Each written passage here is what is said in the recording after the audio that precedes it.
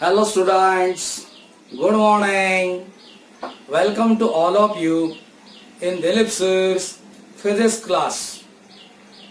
Today we are going to start 11th standard first chapter units and measurements. Today's lecture number is 1. In the units and measurements, before starting this chapter, let us introduce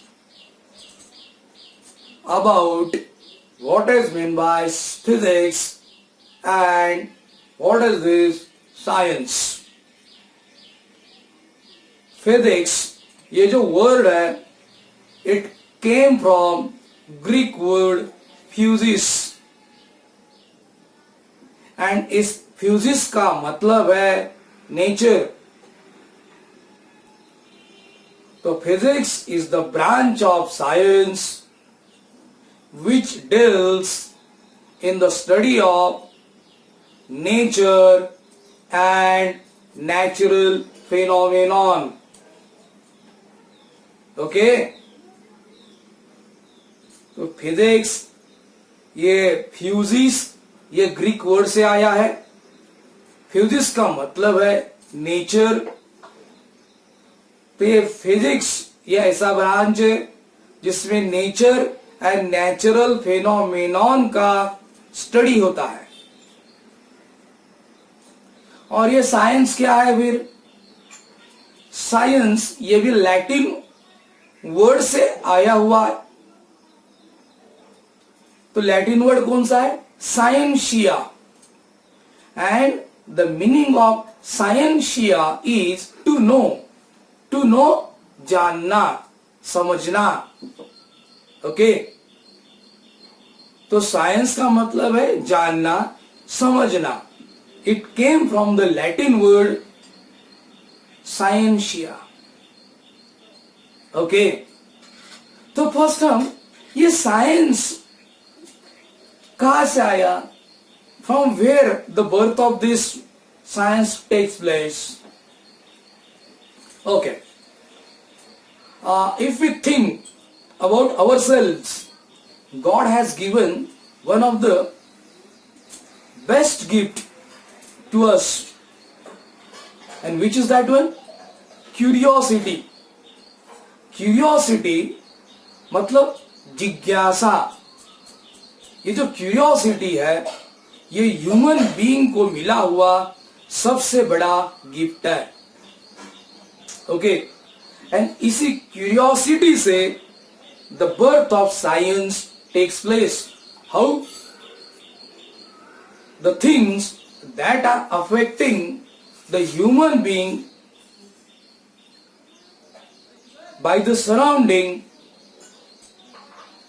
so he start finding the cause behind that effects. Okay तो human being को जो जो भी surrounding की चीजें असर कर रही है, ये असर क्यों कर रही है, ये उसके मन में पहले सवाल आया. उससे उसके अंदर एक जिज्ञासा आया, क्यूरियोसिटी आया. Why the things are affecting? Okay ये थिंग्स हमको क्यों अफेक्ट कर रहे हैं, या we can say in the surrounding अगर कोई नेचुरल फेनोमेनॉन हो रहा है तो व्हाई इट इज हैपनिंग, इसके पीछे जिज्ञासा के कारण, वो कारण ढूंढने के लिए लगा. एंड इसी से इस साइंस का बर्थ हुआ. Okay means from the ancient days the human being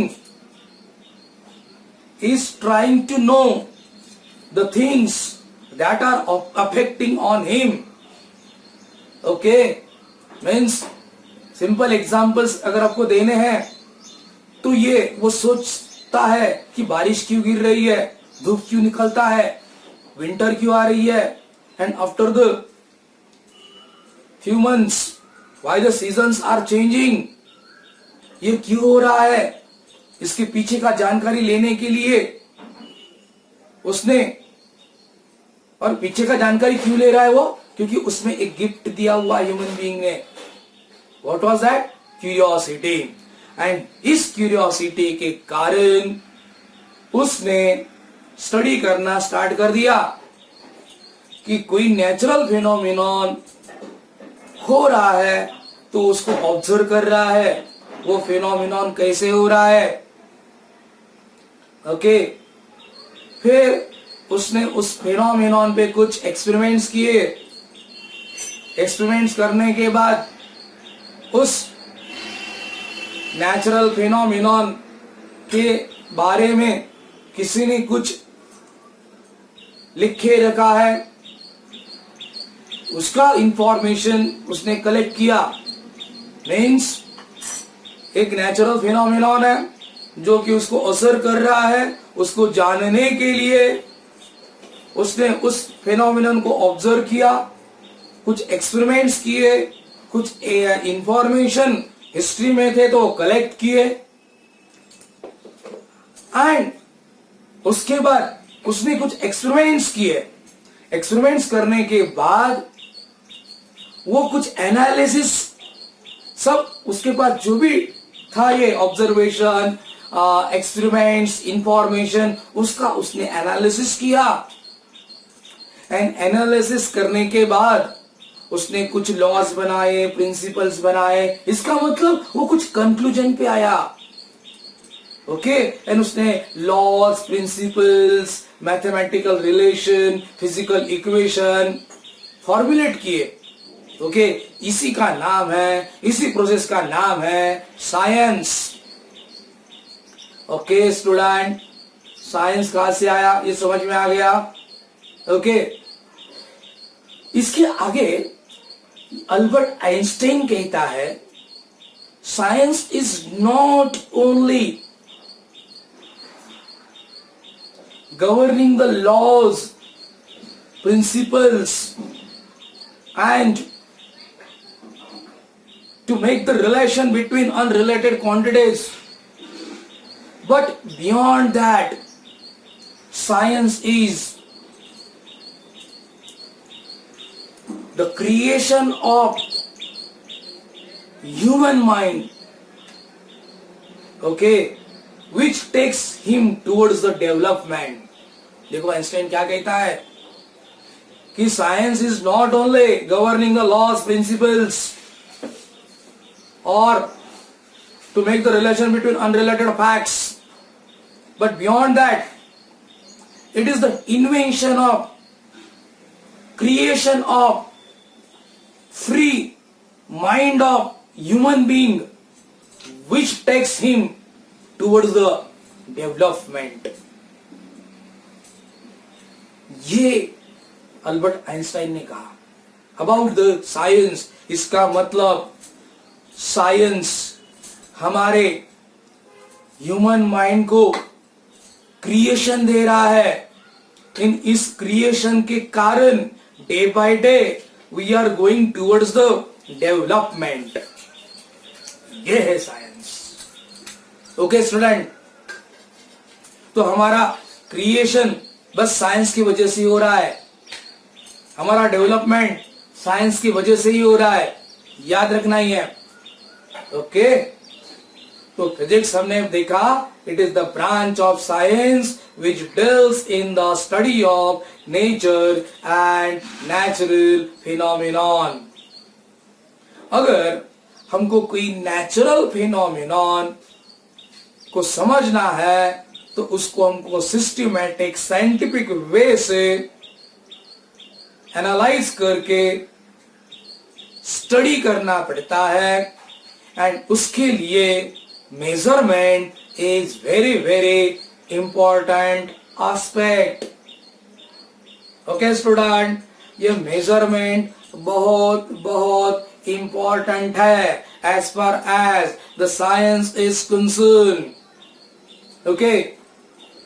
चलो ये साइंस के लिए मेजरमेंट इंपॉर्टेंट है ये तो मैंने आपको बोल दिया, लेकिन समझा भी दिया, लेकिन क्या डे टू डे लाइफ में ये मेजरमेंट इंपॉर्टेंट है? चलो सोचते हैं whether this measurement is important in our day to day life. Yes, it is important. You will ask me, sir, how? चलो देखते हैं. अगर आपके पेरेंट्स ने आपको बोला कि मार्केट से, शॉप से शुगर लेके आ, शक्कर लेके आ, तो सपोज आप गए शक्कर लेने के लिए. आपने शॉपकीपर को आपने बोला कि मेरे को शक्कर चाहिए, तो क्या लगता है आपको, वो शक्कर दे देगा आपको? नहीं देगा, क्योंकि आपने उसको करेक्ट एंड प्रिसाइज इंफॉर्मेशन नहीं दिया है. ओके. सेकेंड, आपने एक थैली लेके गए थे, है कि नहीं? फिर आपने क्या बोला शॉपकीपर को, ये मेरे पास थैली है, बस वो थैली भर के शक्कर दे दो. वो देगा? तभी भी नहीं देगा. ओके. इसका मतलब आपको शक्कर का करेक्ट मेजरमेंट देना पड़ेगा. ओके. एंड आपको बोलना पड़ेगा आई वॉन्ट 5 kg शुगर. आप जब बोलेंगे 5 kg शुगर चाहिए, then and then only he will give you the sugar. Are you getting? Means आपको बाजार में से कुछ भी लेना है तो you have to give the correct measurement. Okay students, means हम क्लॉथ के दुकान में भी जाते हैं. आजकल तो ठीक है, रेडीमेड ये हम कपड़े हम लेके आते हैं, लेकिन थोड़ा अगर आप 10 years बैक चले जाएंगे तो ये जो शर्ट का क्लॉथ है, पैंट का पैंट पीस है, उनका आपको मेजरमेंट देना पड़ता था. 2 मीटर पैंट पीस दे दो या 2.5 मीटर पैंट पीस दे दो, तो आपको क्या देना पड़ता था? Correct measurement. ओके. चलो तीसरा एक एग्जांपल देके आपको समझाता हूं. सपोज आप आपके फ्रेंड के लिए वेट कर रहे हैं. ओके. किसी जगह आपका एक मीटिंग है and you are waiting for your friend. Okay. And आपका फ्रेंड जो है थोड़ा लेट आ जाता है. ओके. मीन्स लेट आ जाता है तो आप उस पर क्या करेंगे? पहले तो गुस्सा करेंगे, है कि नहीं? और आप आपको फ्रेंड को बोल सकते हैं, बोलेंगे, पहले तो चिल्लाएंगे, कुछ बात बोलेंगे, उसके बाद उसको बताएंगे, अरे यार आई am waiting here for long time. मैं यहाँ पे कितने देर से अब तेरी राह देख रहा हूं. तेरे को तो कुछ टाइम का इंपॉर्टेंट है ही नहीं, तू ही काम का है, ऐसा वैसा, है कि नहीं? लेकिन क्या आपने आपके फ्रेंड को करेक्ट इंफॉर्मेशन दिया? क्या आपने क्या बोला? आई am waiting here for long time. मैं यहां से बहुत देर से खड़ा हूं. और कितनी देर से खड़े हो भाई आप? है ना? ये तो प्रॉपर इंफॉर्मेशन दिया नहीं. लेकिन if you tell your friend that I am waiting here from last 30 minutes, तो आपको उसको एक एहसास हो जाएगा, यस ये आधे घंटे से यहाँ पे खड़ा है. मीन्स आपने उसको टाइम का करेक्ट मेजरमेंट दिया, तो प्रिसाइज इंफॉर्मेशन आपने कन्विंस कर दिया, कैरी फॉरवर्ड कर दिया. ओके. तो यहां पे मैं अभी एक स्टेटमेंट दे रहा हूं. In communication, in day-to-day life also, for the communication, this measurement plays very important role. अगर कम्युनिकेशन में, डे टू डे लाइफ में मेजरमेंट अगर इतना इंपॉर्टेंट है, तो सोचिए साइंस में उसका इंपॉर्टेंस कई गुना बढ़ जाता है. Okay students. तो इस तरह से for the scientific and systematic study of any natural phenomenon, This measurement is very very important. Okay, तो अब हम चलते हैं, ये मेजरमेंट कैसे इंपॉर्टेंट है ये हमने देख लिया, इंपॉर्टेंस ऑफ मेजरमेंट में। अब हम फिजिक्स में जो भी टर्म्स इन्वॉल्व होते हैं which can be measured, that is called as physical quantity. देखो फिजिक्स, देखो पहले तो ये जो फिजिक्स है ये कहां से आया, ये फिजिक्स देखो, it came from Greek word. कौन सा ग्रीक वर्ड है ये? It came from Greek word, yes, fuses.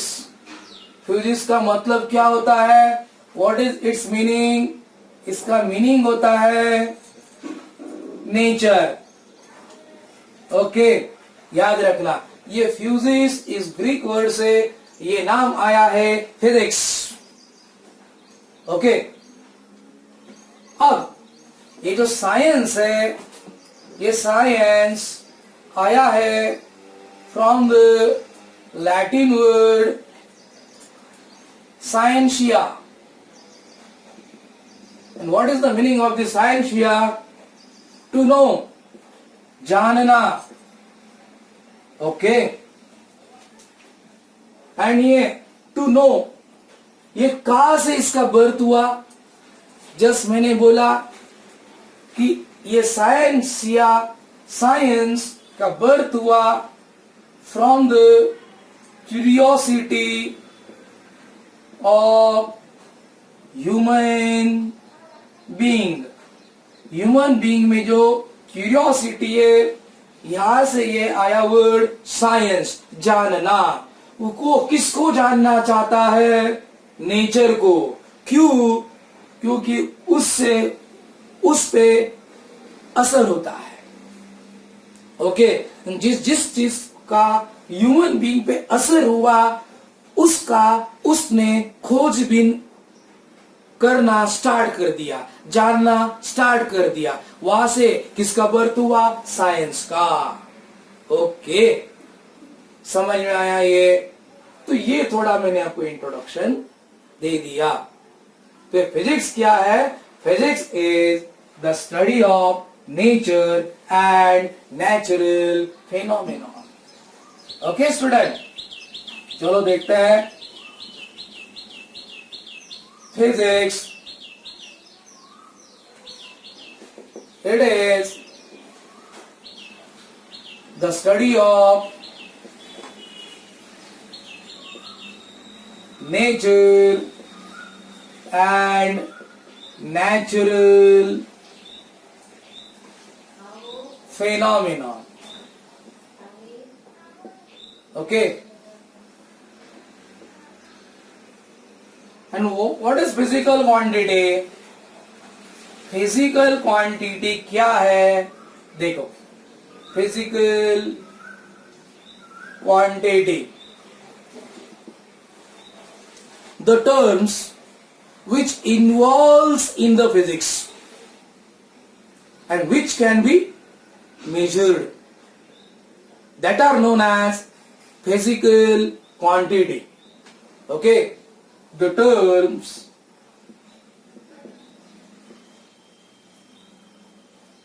which involves in the physics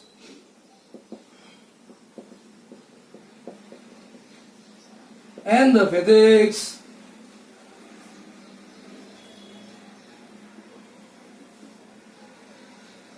and which can be measured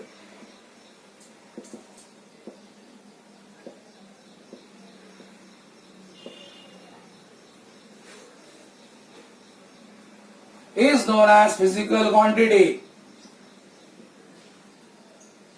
Is known as physical quantity. इसको बोला जाता है physical quantity. Example, you know the example, length physical quantity है, मास physical quantity है, time physical quantity है.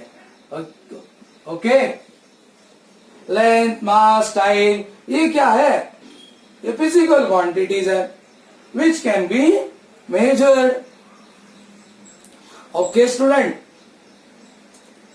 तो ये जो फिजिकल क्वांटिटी है इनको मेजर करने के लिए हम कौन कौन से मेजर करने के लिए एक जो स्टैंडर्ड यूज करते हैं उसको हमने नाम दिया यूनिट. ओके, फिजिकल क्वांटिटी को मेजर करने के लिए जो भी स्टैंडर्ड हम यूज करते हैं that is known as unit. Okay, तो चलते हम यूनिट क्या है वो जानते हैं. Okay, unit.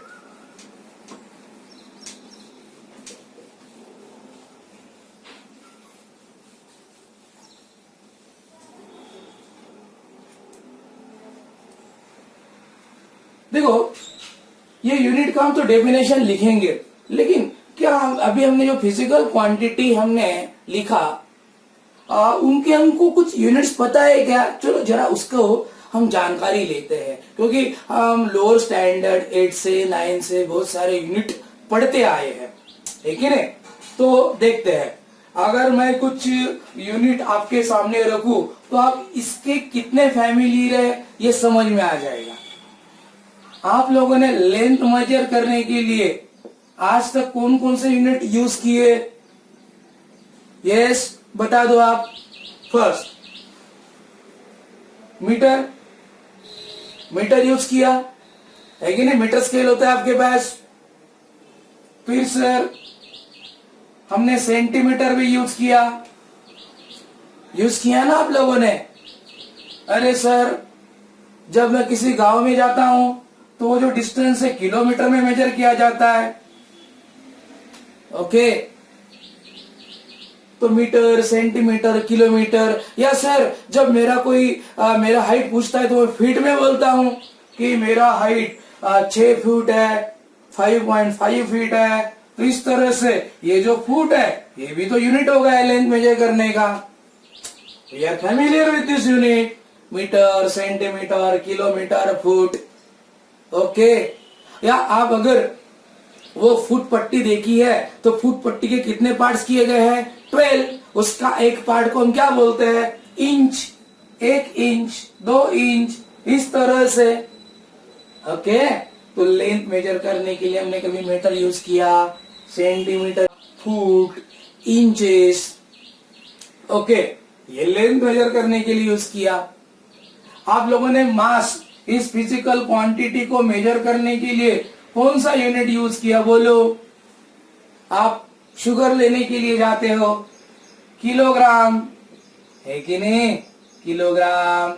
और कम वेट है तो आप ग्राम में भी है कि नहीं? ग्राम, किलोग्राम. ये क्या है? मास का यूनिट है. आप लोगों ने देखा है कभी किसी बच्चे का बर्थ होता है, जन्म होता है, तो डॉक्टर या नर्स वो बच्चे को लेके आती है, क्या बोलती है? अरे ये 3 पाउंड का बच्चा है, 3.5 पाउंड का बच्चा है. तो पाउंड क्या हुआ? It is the unit of mass. Okay student, pound is the unit of mass. चलो, ये मास हो गया. टाइम. टाइम ये भी तो फिजिकल क्वांटिटी है. टाइम मेजर करने के लिए कौन सा यूनिट यूज करते हैं आप? सेकेंड. इससे थोड़ा बड़ा मिनट भी यूज करते हैं आप. उससे थोड़ा बड़ा आवर भी आप यूज कर सकते हैं. उससे थोड़ा बड़ा डे. उससे थोड़ा बड़ा year. These are what? These are units of time. Are you getting? Yes, हमने यूज किए आज तक, है ना? ये यूनिट्स है. लेंथ मेजर करने के लिए हमने आज तक यूज किए, मास मेजर करने के लिए यूज किए, टाइम मेजर करने के लिए यूज किए. ओके, अब हम आज यूनिट का डेफिनेशन देखेंगे. What is unit? तो देखिए यूनिट क्या है?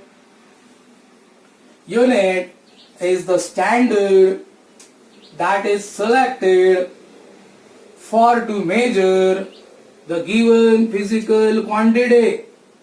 Okay, we can say unit, the reference standard,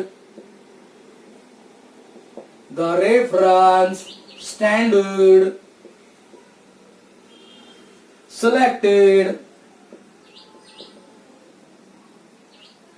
for the measurement of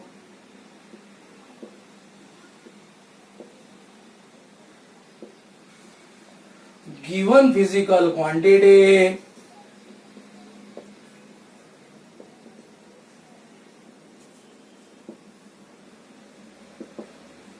is called as unit of that physical quantity. Unit क्या है? एक रेफरेंस स्टैंडर्ड सिलेक्ट किया गया for the measurement of given physical quantity. Okay, तो कैसे? मैं आपको example देता हूं, ये कैसे एक्सप्रेस, कोई फिजिकल क्वांटिटी को एक्सप्रेस करना है इन टर्म्स ऑफ यूनिट, कैसे एक्सप्रेस किया जाता है? सपोज लेंथ, इस फिजिकल क्वांटिटी को हमको एक्सप्रेस करना है, ये लेंथ फिजिकल क्वांटिटी है. How this length is expressed, how this length is expressed in terms of unit. Suppose हमको एक ये पेन है, ये पेन, सपोज ये पेन है या रॉड है, this is rod. Okay, rod का हमको लेंथ मेजर करना है. सपोज यहां से यहां तक हमने मेजर किया and it was coming to be 5 metre. 5 metre. तो कैसे एक्सप्रेस किया हमने? देखो, length of rod is equals to 5 metre. यानी क्या किया हमने? एक ये 5 क्या है? एक नंबर है, मल्टीप्लाई बाय यूनिट. ओके, इसका मतलब क्या है? मीटर क्या है? ये 5 क्या है इसमें? इट इज सिंपली एक नंबर है. ओके, ये एक नंबर है एंड ये मीटर क्या है? उसका यूनिट है. Okay, means length of rod is, length of rod is 5 in the unit, 5 times in the unit meter. Are you getting? कैसे हम इसको एक्सप्रेस करेंगे? Length of rod is 5 in the unit meter. Are you getting? Length of rod is 5 in the unit meter. ऐसा इसका मतलब हो गया 5 metre. तो ये क्या हो गया? यूनिट हो गया. Okay, this is the reference standard that is selected for the measurement of length. Okay, तो मीटर क्या हो गया? यूनिट. आया समझ में? Mass means mass, suppose 10 kg है ना? आप शुगर लेने के लिए गए, शुगर का मास 10 kg है. 10 kg, 10 क्या हो गया? Number in the unit kilogram. Okay, mass of sugar is 10 in the unit kilogram. तो किलोग्राम क्या हो गया? यूनिट. Are you getting? तो ये जो आज हमको पता है, ये मीटर, ये स्टैंडर्ड सिलेक्ट किया गया है. Now we are very familiar with metre, we are very familiar with kilogram. लेकिन जब ये वर्ड नहीं बने थे तो कुछ उसके रिक्वायरमेंट्स सोचे होंगे कि एक यूनिट बनाने के लिए कौन कौन से रिक्वायरमेंट्स होनी चाहिए। ओके, तो अब हम लिखते हैं, अब देखते हैं what are the requirements of unit. Unit समझ में आया, हाउ इट इज एक्सप्रेस्ड ये समझ में आया। मीन्स कोई भी फिजिकल क्वांटिटी है तो वो एक्सप्रेस किया जाता है कैसे, नंबर में एंड यूनिट में। एन क्या होता है, नंबर, एंड यू क्या है, यूनिट। इस तरह से एक्सप्रेस किया जाता है कोई भी फिजिकल क्वांटिटी। ओके, अब what are the good requirements of this unit. हमको यूनिट अगर मीन्स एक रेफरेंस स्टैंडर्ड बनाना है, एक यूनिट हमको सिलेक्ट करना है, उसको हमको एज एन स्टैंडर्ड सिलेक्ट करना है, तो क्या क्या रिक्वायरमेंट होनी चाहिए।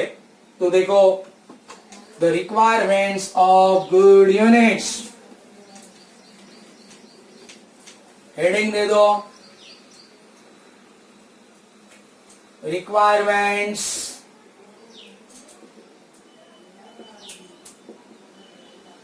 of good unit, या what are the requirements of units for the 2 marks this question will be asked.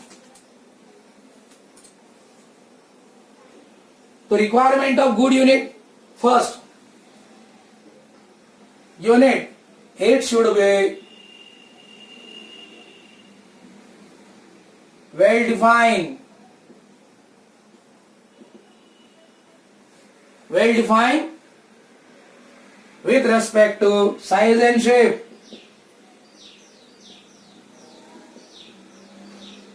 Size and shape. Okay, means इसका साइज एंड शेप डिफाइन होना चाहिए कि अगर आप अभी 1 kg का जो एक मेजरमेंट है, आप देखना 1 kg का मेजरमेंट के लिए जो भी उस 1 kg टूल का, इंस्ट्रूमेंट का जो भी शेप बना है, दैट इज हेक्सागन, स्टैंडर्ड है। ओके, उसमें जो भी इंग्रेडिएंट्स है दैट आर आल्सो स्टैंडर्ड, कभी चेंज नहीं होंगे वो। तो कैसे, it should be well defined with respect to size and shape. वो सिलेक्ट होना चाहिए पूरा, और एक बार सिलेक्ट किया तो हर जगह वही वैसे ही होना चाहिए। ओके, तो it should be well defined. Second, it should not change with respect to time and place. It should not vary, it should not vary with time and place। Means उसमें vary का मतलब क्या हुआ, change. Vary का मतलब change. It should not change with time and place. Means कैसे कि मान लो कि शुगर का हमने मेजरमेंट किया सुबह 1 kg, वही मेजर किया शाम को, क्या चेंज होगा उसमें, 1 kg रहेगा ना। ओके, तो वेरी नहीं होता। या आपने 1 kg शुगर यहां पे मेजर किया, वही 1 kg शुगर अमेरिका में लेके गए, तो क्या हो, मास बढ़ जाएगा उसका, बिल्कुल नहीं। समझ में आ रहा है। तो it should not very with time and place. Third, it should B reproducible easily. Should be, it should be reproducible easily। इसका मतलब क्या हुआ कि वो सब जगह इजीली अवेलेबल होना चाहिए।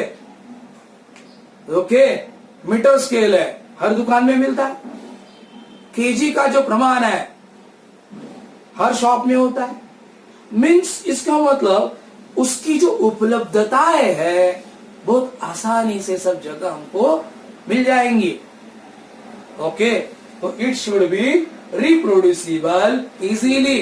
मीन्स उसका मैन्युफैक्चरिंग हो या उसका अवेलेबिलिटी हो, सब इजीली सब जगह उपलब्ध होना चाहिए।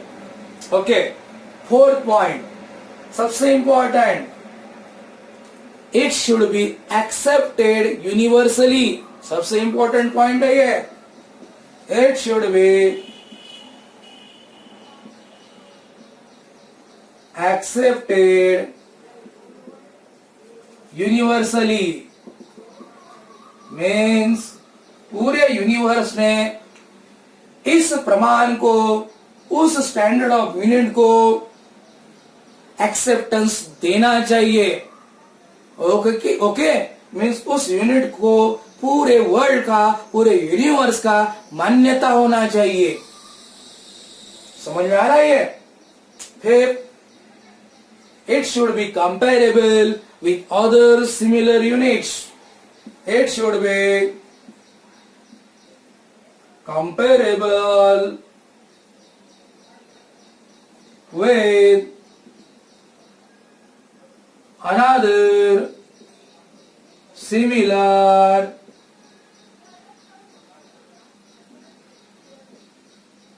units. Means अब कोई देखो, वन मास मीन्स कोई शुगर का मास है, कोई किलोग्राम में मेजर करके आया, कोई ग्राम में मेजर करके आया। ओके, तो दोनों को कंपैरिजन करने को आना चाहिए। एक ही फिजिकल क्वांटिटी के अगर दो यूनिट है तो उनमें कंपैरिजन करने को आना चाहिए। Are you getting? Means it should be comparable with other similar unit. आया समझ में? These are the 5 requirements for the selection of good unit. These are the 5 requirements for the selection of good units. फिर से revise करते हैं। It should be well defined with respect to size and shape. It should not change with time and place. It should be reproducible easily anywhere in the world. It should be accepted universally, and it should be comparable with another similar units. इस तरह से ये comparison था, इस तरह से ये requirement था of good unit. Okay student, तो हम आगे चलते हैं। ये जो फिजिकल क्वांटिटी है, ये फिजिकल क्वांटिटी कितने टाइप की होती है? What are the types of fundamental quantity and their units? तो physical quantity there are 2 types. One is fundamental quantity and second one is derived quantity. तो ये जो फिजिकल क्वांटिटी के टाइप्स है, we will discuss in the next lecture. Okay students, thank you.